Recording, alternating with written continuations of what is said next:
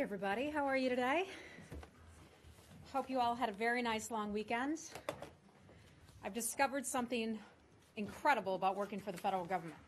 The last time I had Columbus Day off, I think I was in junior high school. So way to go working for the federal government.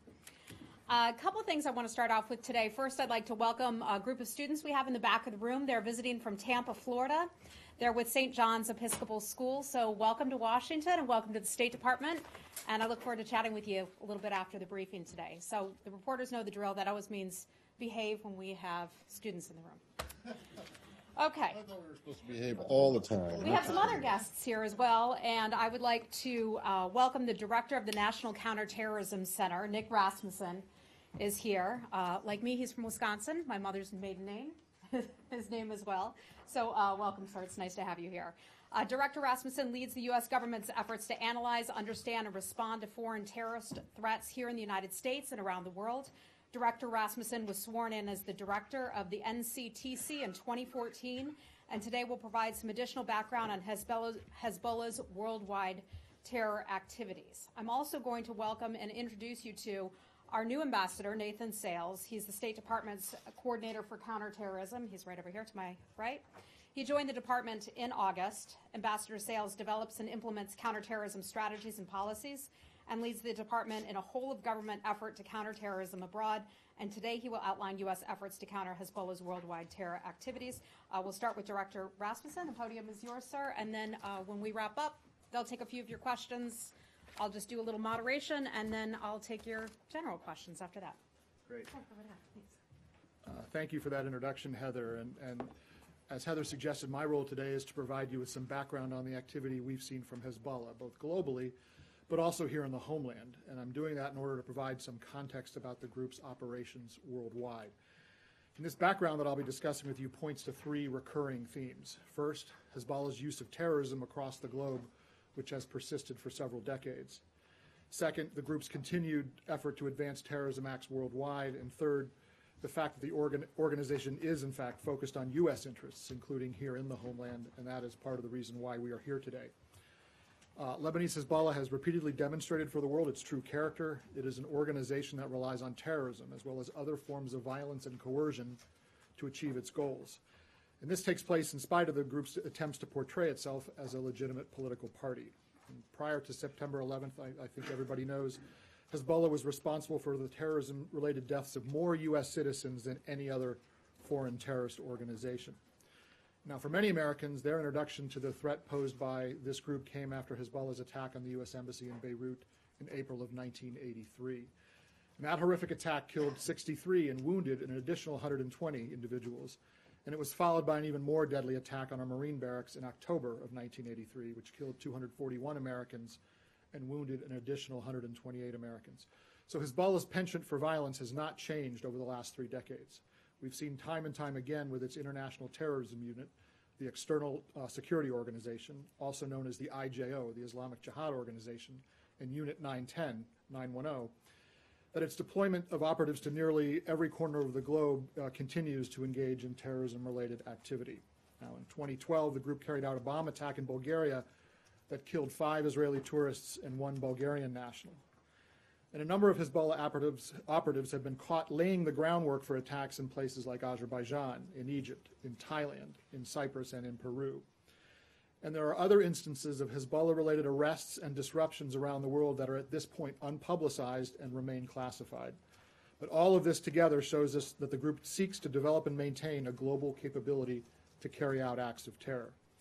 And I can assure you that the conversation today would be much different had some of these disruptive plots actually succeeded. Casualty counts would be higher, and many innocent lives would have been forever altered. The group is also known to focus on areas populated by tourists, almost guaranteeing that with their attacks, innocent civilians will be victims. Now, with respect to the homeland here in the United States, let me say this. While much of our work in the government since 9/11 has focused on al-Qaeda and more recently on ISIS, in the 20 years since Hezbollah's designation as a foreign terrorist organization, we have never taken our focus off of Hezbollah and on the threat it represents to the homeland. And while I'm not here today to speak publicly about any specific or credible or imminent threat to the homeland, we in the intelligence community do in fact see continued activity on behalf of Hezbollah here inside the homeland. And as you would expect, as the American people would expect, we are watching very closely for additional signs of that activity here in the homeland. In June, as I'm sure most of you are aware, according to published criminal complaints, 2 individuals conducting activities on behalf of Hizballah were arrested here inside the United States. And those arrests serve as a stark reminder of Hizballah's global attack infrastructure, as well as the group's aspirations, potentially, to carry out attacks here in the homeland. It's our assessment that Hizballah is determined to give itself a potential homeland option as a critical component of its terrorism playbook. And that is something that those of us in the counterterrorism community take very, very seriously. With all of the focus on ISIS and al-Qaeda, I can assure you that those of us who have focused on terrorism for the entire period since 9/11 have never taken our eye off of the Hizballah threat. We have and will continue to monitor closely Hizballah activity around the world and work aggressively to disrupt any instances of Hizballah operating within our borders. I'd also like to point out that Hizballah has not limited its use of terrorism to venues outside of Lebanon. The group, though it claims to be defenders of Lebanon, has repeatedly turned its weapons on the people of Lebanon or otherwise coerced them to advance Hizballah's goals. There are countless examples of that I could point to include those being investigated by the Special Tribunal for Lebanon. But I'll just take a quick moment to highlight a few of the most egregious acts. In 2016, Hizballah detonated a bomb outside the BLOM bank in Beirut. Going back to 2012, the group killed the head of Lebanon's Internal Security Forces intelligence branch. In 2008, Hizballah took over parts of Beirut, killing at least 84 Lebanese citizens and wounding at least another 199 after the Lebanese government attempted to exercise greater oversight into the group's communications infrastructure. And of course, in 2005, it was Hizballah operatives who assassinated former Lebanese Prime Minister Rafiq Hariri in a massive car bombing in downtown Beirut. In addition to all of this terrorism-related activity around the globe, Hizballah continues to devote significant resources to expanding its conventional arsenal in Lebanon, including the procurement of advanced rocket and missile capabilities and even indigenous weapons production facilities. This has resulted in a broadening of the threat to the Eastern Mediterranean and the Arabian Peninsula regions, and it's in violation of the 1989 TAIF agreement, as well as UN Security Council resolutions 1559 and 1701, both of which call for the disarmament of all Lebanese militias. This buildup, weapons buildup by Hizballah, has perpetuated conflict and violence across the Middle East as their operatives deploy to places like Iraq and to Yemen, where they provide weapons, tactics, and direction to Shia militant and terrorist groups. As you well know, the group has also deployed thousands of its fighters to Syria, where it has sustained approximately 2,000 casualties fighting on behalf of the Syrian regime. So as part of our continued effort to counter the threat of Hizballah, we're going to continue to work aggressively with our foreign, U.S., state, and local partners to share information that we have that would allow us to detect and disrupt the threat that the group poses to the U.S. and our interests around the world. Now, this information sharing and intelligence cooperation will remain a critical component of our response to what Hizballah is doing around the globe. And to close, I will just say that the intelligence community remains focused on doing whatever we can to disrupt the work of foreign terrorist organizations around the globe, and most certainly here in the homeland. And the work I've talked about today to counter Hizballah is a very big part of that effort. And in that regard, our work related to Hizballah is every bit as much of a priority as our work against al-Qaeda and ISIS. That aggressive intelligence and law enforcement work goes on around the globe and around the country every day. And I will stop there and turn things over to Ambassador Sales.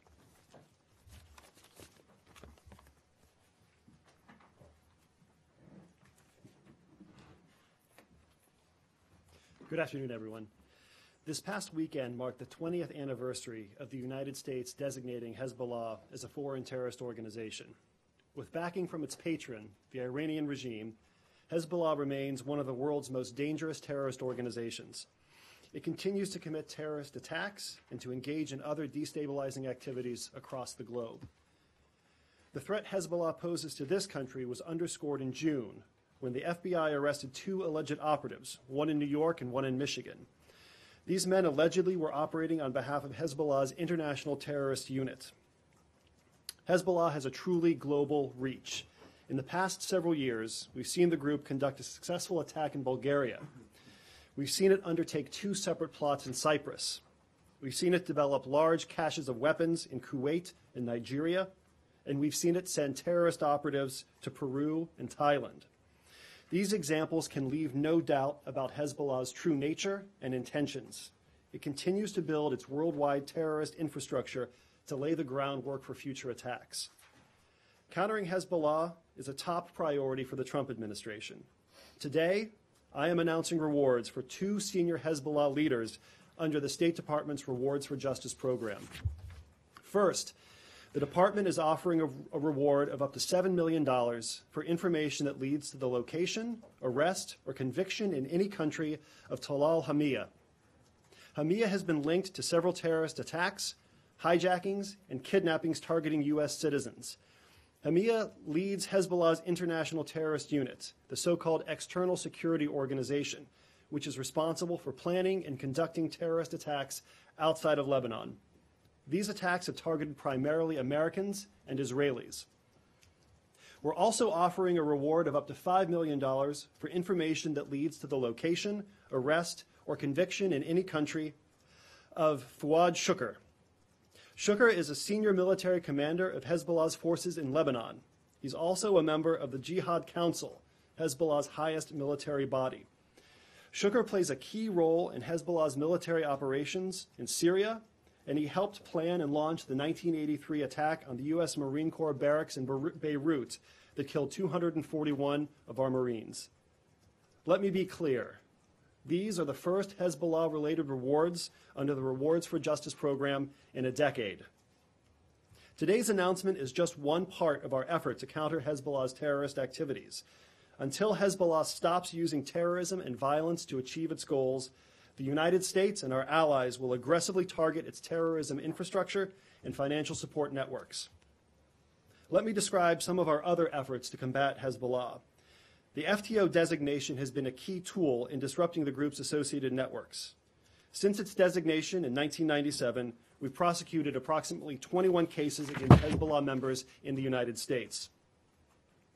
The U.S. government has also designated more than 100 people and entities associated with Hezbollah around the world under a range of authorities. These include financial facilitators, the perpetrators of the 2012 attack in Bulgaria, and senior leaders of the organization. They also include Shukr and Hamia, who were designated in 2015 and 2012 respectively. Today's rewards are another step to increase the pressure on them and their organization. The United States is not the only country to understand Hezbollah's true nature. In recent years, the Gulf Cooperation Council and the Arab League have designated Hezbollah as a terrorist organization, joining the United States, the EU, Australia, Canada, and New Zealand. While much progress has been made, more work remains to be done.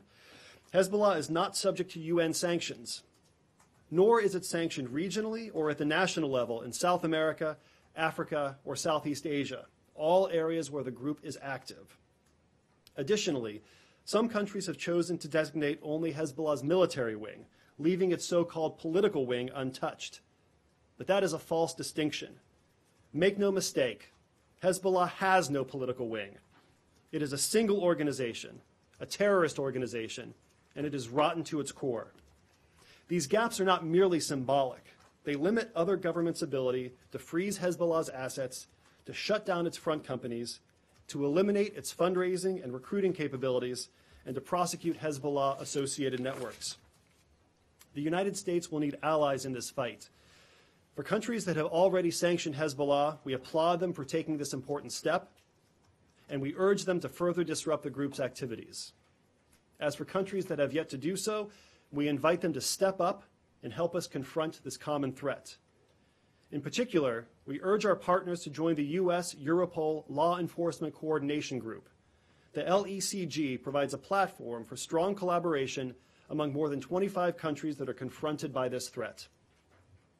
Before I conclude, it's important to recall that Hezbollah hasn't developed its military and terrorist capabilities on its own.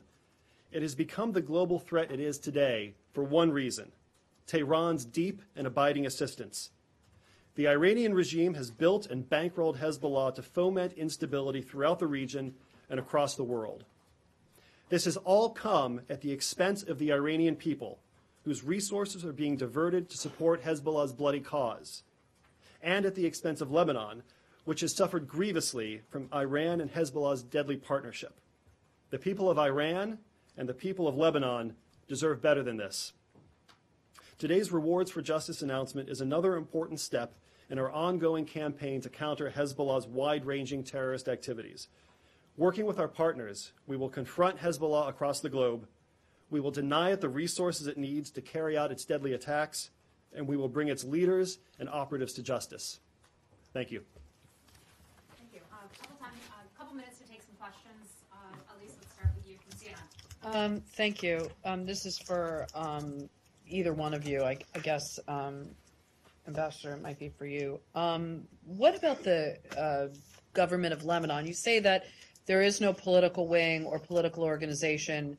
This is all a terrorism organization. Well, as you know, there are members of Hezbollah that are cabinet ministers in the Lebanese government. And so what does that mean for your relationship with Lebanon? I mean, that would, in effect, make them a state sponsor of terrorism. I mean, what are your discussions with the Lebanese government about that? And then to what extent is this new focus on Hezbollah an extension of the president's Iran review and an effort to kind of crack down on Iranian proxies? Because, I mean, if I'm looking at your list right here, in the last year, there are really only in the United States 2 cases of, U.S.-based terrorism, possible terrorism activity that was thwarted, which is far less than any other group in the last year. Well, thank you for the questions. Maybe I could take a stab at that before turning the mic over to Director Rasmussen.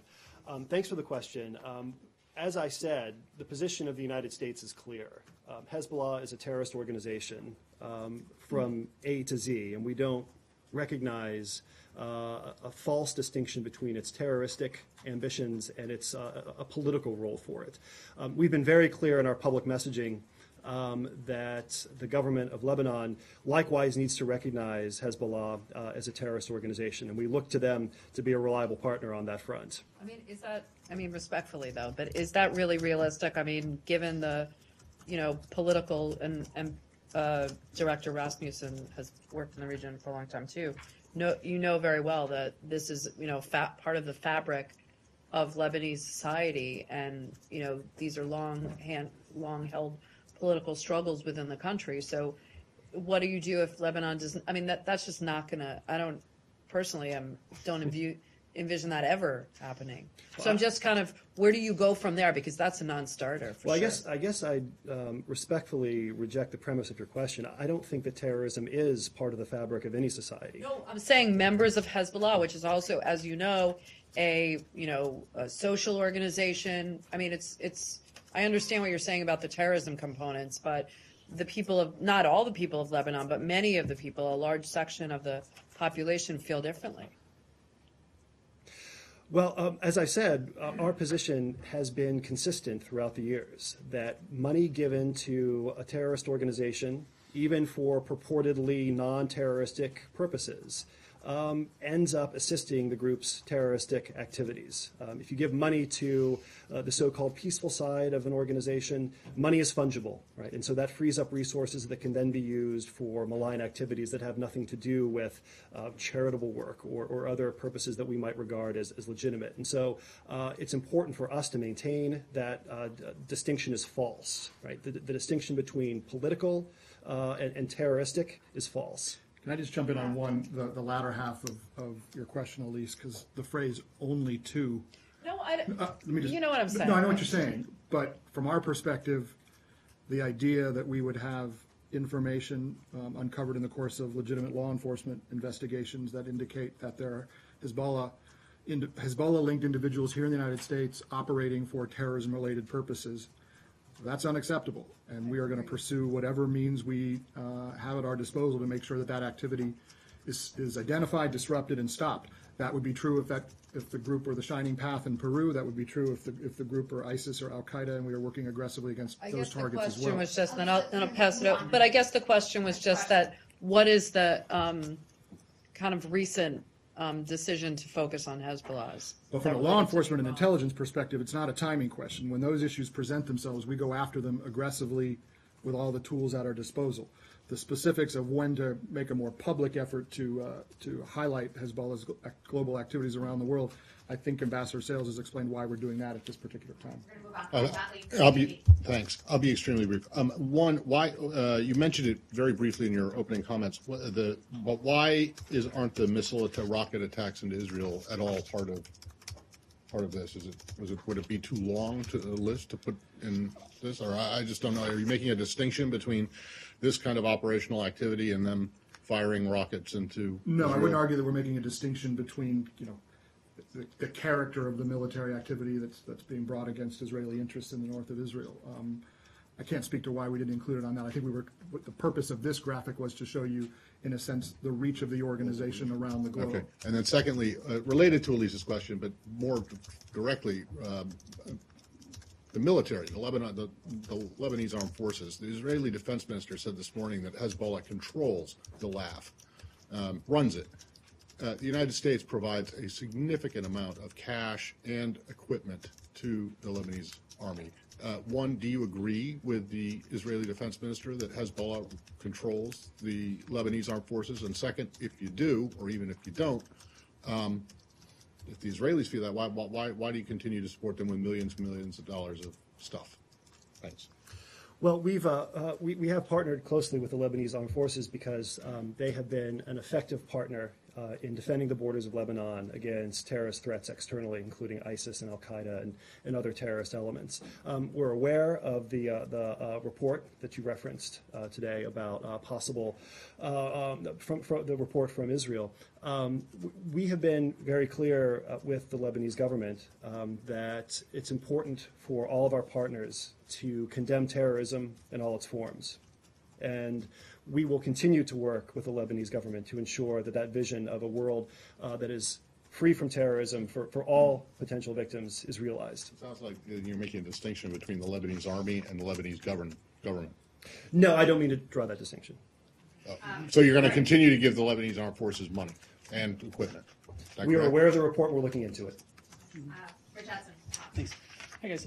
Have you noticed a difference in Hezbollah's behavior since the 2015 signing of the JCPOA, and if so, how has the behavior changed? I guess I could handle that from just kind of a narrowly intelligence perspective. And the answer is basically no. The trajectory that we have seen Hezbollah on has continued pretty much unabated throughout the duration of the conflict in Syria. And I mention that because that's where Hezbollah's involvement on the ground in Syria has been a significant factor in supporting the regime. At the same time, absent the Syria conflict, we were already dealing with a Hezbollah that had the kind of global ambition to create a terrorist capability that I would argue predated the Syria conflict. And so we've seen kind of both strands moving together forward without much change in the period since the JCPOA. Thank you, everybody.